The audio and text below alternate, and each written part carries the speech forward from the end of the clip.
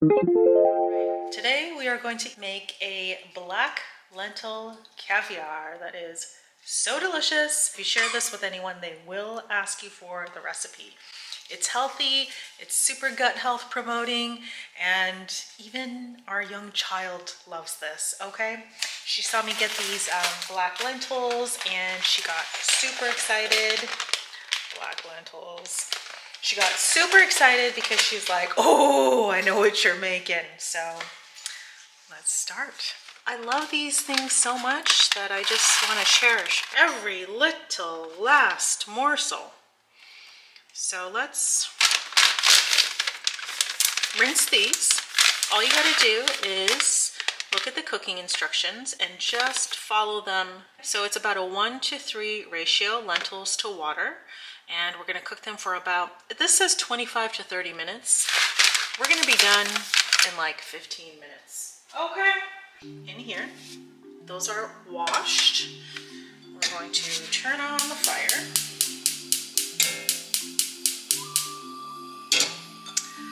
And bring this up to a boil. So that was half a cup of lentils and then 1.5 cups of water. And so that's going to come up to a nice boil, and in the meantime we're going to make our aioli. So let's get that going, and we're going to be done in 15 minutes. Heyo. So here is our lentil stuff. Now we've got a lemon. We're going to use real garlic today. I've got some beautiful chives, my mixing bowl, the aioli stuff, simple salt and pepper. These are the chives. And then for our fat, I'm going to just use this Vegenaise. Now I could make a cashew cream. I could take some unroasted, basically raw cashews, and then do a 1-to-1 ratio, cashews with clean water, and just blend it. Just blend it with a high-speed blender. If you don't have a high-speed blender, you can always just soak these in boiling water or very hot water. Let it sit for about half an hour. It'll soften, and then you want to rinse it, like drain that water, rinse it, put clean water in your blender, your non-high-speed blender, and blend it up until it's super creamy. That's going to give you a nice cashew cream. After we make our aioli, it's going to be popped in the fridge, and that will thicken it up. So, but I'm lazy, so I'm not going to do that today. I'm just going to use my straight up Vegenaise. But this is a good option if you want to stick to whole plants. So here's our Vegenaise. Let's open it up.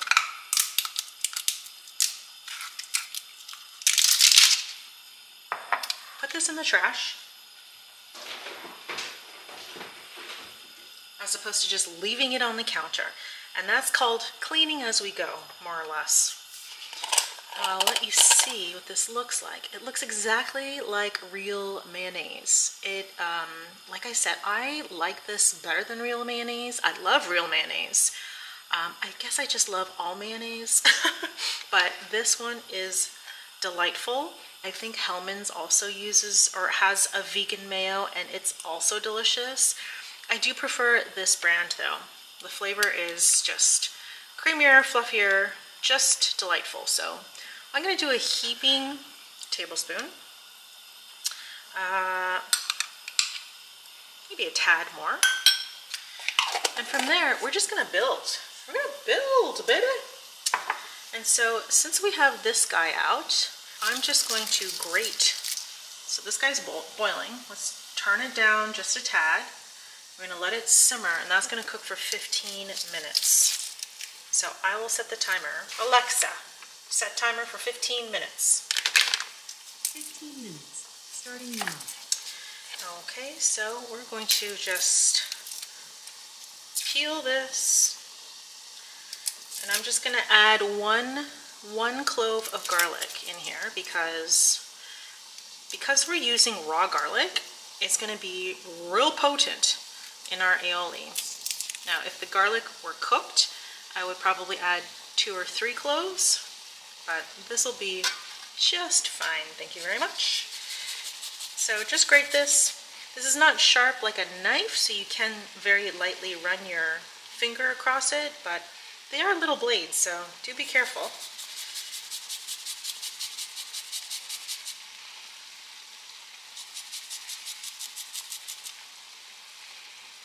See all that fresh garlic?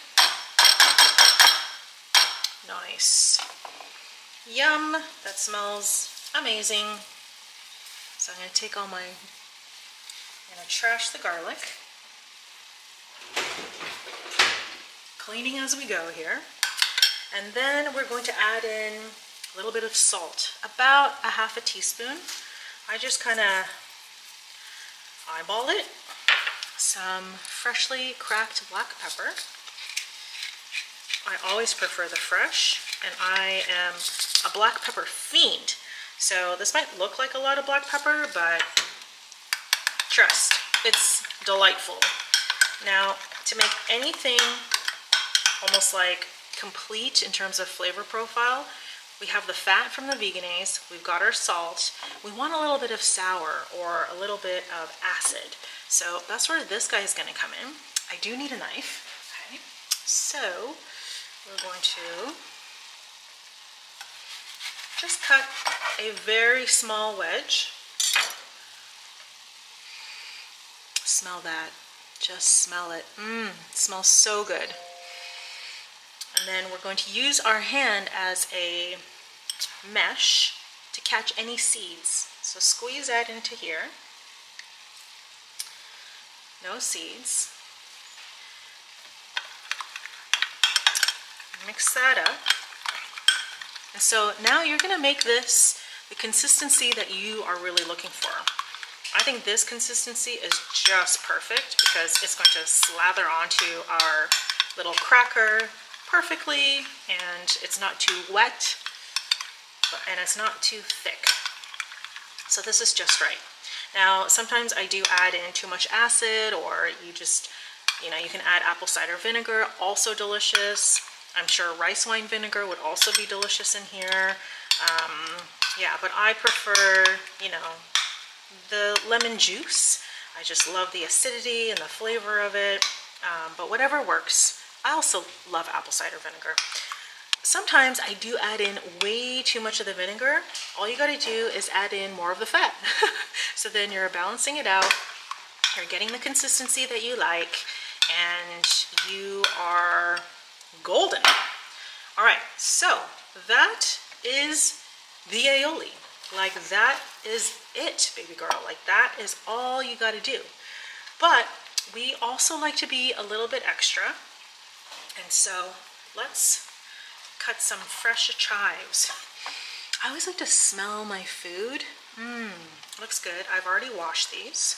So what I'm gonna do is cut them in half, and then we're gonna cut it in half again. I'm grabbing a hold of the bunch.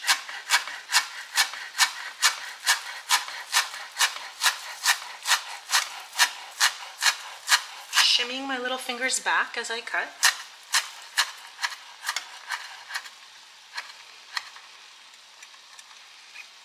Now, you might want to keep a couple of these long strands, and I will show you why later. All about presentation. Okay, and then we're going to pop these chives into our aioli. Now, this is such a sexy appetizer.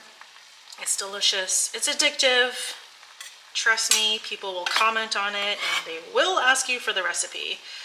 And it's so simple. You can use any fresh herb you love. Mix that up. And you definitely want to make this ahead of time because you want to let all these flavors meld. So you can literally make this, you know, right before your guests arrive. Definitely take this to a potluck. It looks so good. But you can also make it the night before. Typically we like to eat our food within 3 days. Some people like to eat it within 1 day, but that is essentially it. That is it. And it is so good. I haven't even taste tested it, but I know it's delicious. Let's taste test it. It is phenomenal. Yum! Yum! So good. But letting this sit in the fridge, all the flavors will meld. It will infuse the Vegenaise with all that deliciousness. Now, this doesn't need anything else. Our daughter loves lemon, so I'm gonna add in a tiny bit more of that. And I've washed this lemon peel, so what I'm gonna do is I'm gonna use the actual peel as well, because it offers such a bright note and just such bright flavors to it. It is delightful. So that's what we're gonna do. And it just really adds this refined flavor to your food. This thing is amazing. You would think that you're not gonna really use this. I promise you, if you're gonna follow along with us in this Plant 52 kitchen, get a microplaned. You don't have to get any expensive one. We've had this one for over 10 years. I've never had to buy another one. It's fantastic for so many reasons. Okay, so let's mix that in. And oh my gosh, the smell is phenomenal. Smell that. Oh, so good.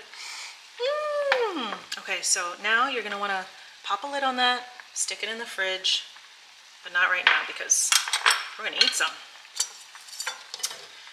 Okie doke. Let's clean this up. We've got 7.5 minutes left of this guy.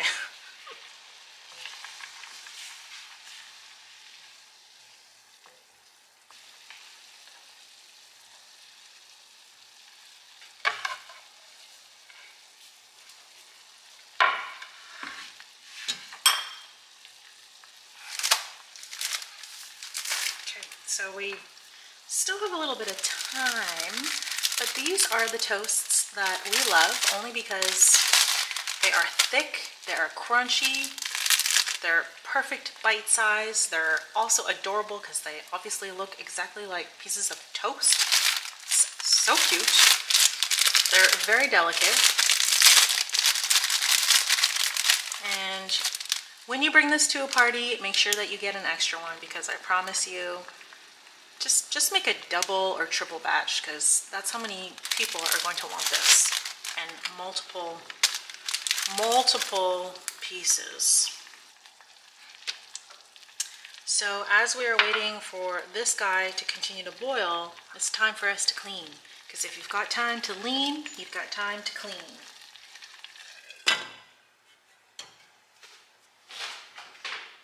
Okay, so these need a little bit more time. We've got 2.5 minutes left, and they're pretty al dente. The package says to cook them for 25 to 30 minutes, but I'm gonna say more like 15 to 20. Let's say 20. Let's say 20. You can also add in way more water, and that is going to make sure that these are cooked.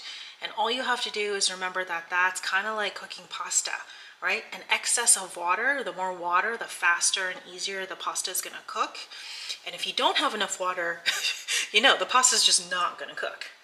But this method of, you know, the 1-to-3 ratio, 1 lentil to 3 water, is going to make it so we probably don't have to drain this. So, and you know, there's something fun about being exact like that. So let's try it out and see. But my trick is typically I will just overload it with water, and that way it's guaranteed ready to cook, and it's going to cook. And then after 15 minutes, I will just drain it, just like pasta. So now that we only have a minute left, I could have put this in the fridge to chill, but it's fine. Now you're going to just take your cute little toast, going to put a little smother of aioli on it. Now tarragon would be absolutely divine. I love tarragon. It's my favorite herb. One of my favorite herbs. We'll put that in the fridge. Alexa, stop timer. Okay, so Alexa has told us we are all done. And now, oops, drop some. We want to taste test these a little bit, just to make sure that they are absolutely cooked. So that's gonna be hot, be careful. Cooked to perfection. Let's salt our lentils immediately.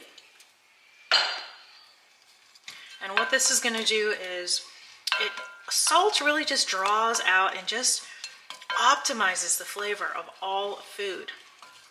Now those lentils went from being fine, they're just fine, but now if you eat these lentils, they're gonna be freaking delightful. Now we just pop this on here. Normally I would let the lentils cool. I like to have them kind of overflowing because it just looks beautiful and abundant. If you would like to be a little bit extra, you can always add in a fresh herb. You can also crisscross it. I liked the one, and there we have it. Alrighty, so we've got our black lentil caviar. It smells amazing. There's so much going on in here. It's savory, it's salty. It is packed full of flavor, this one little bite.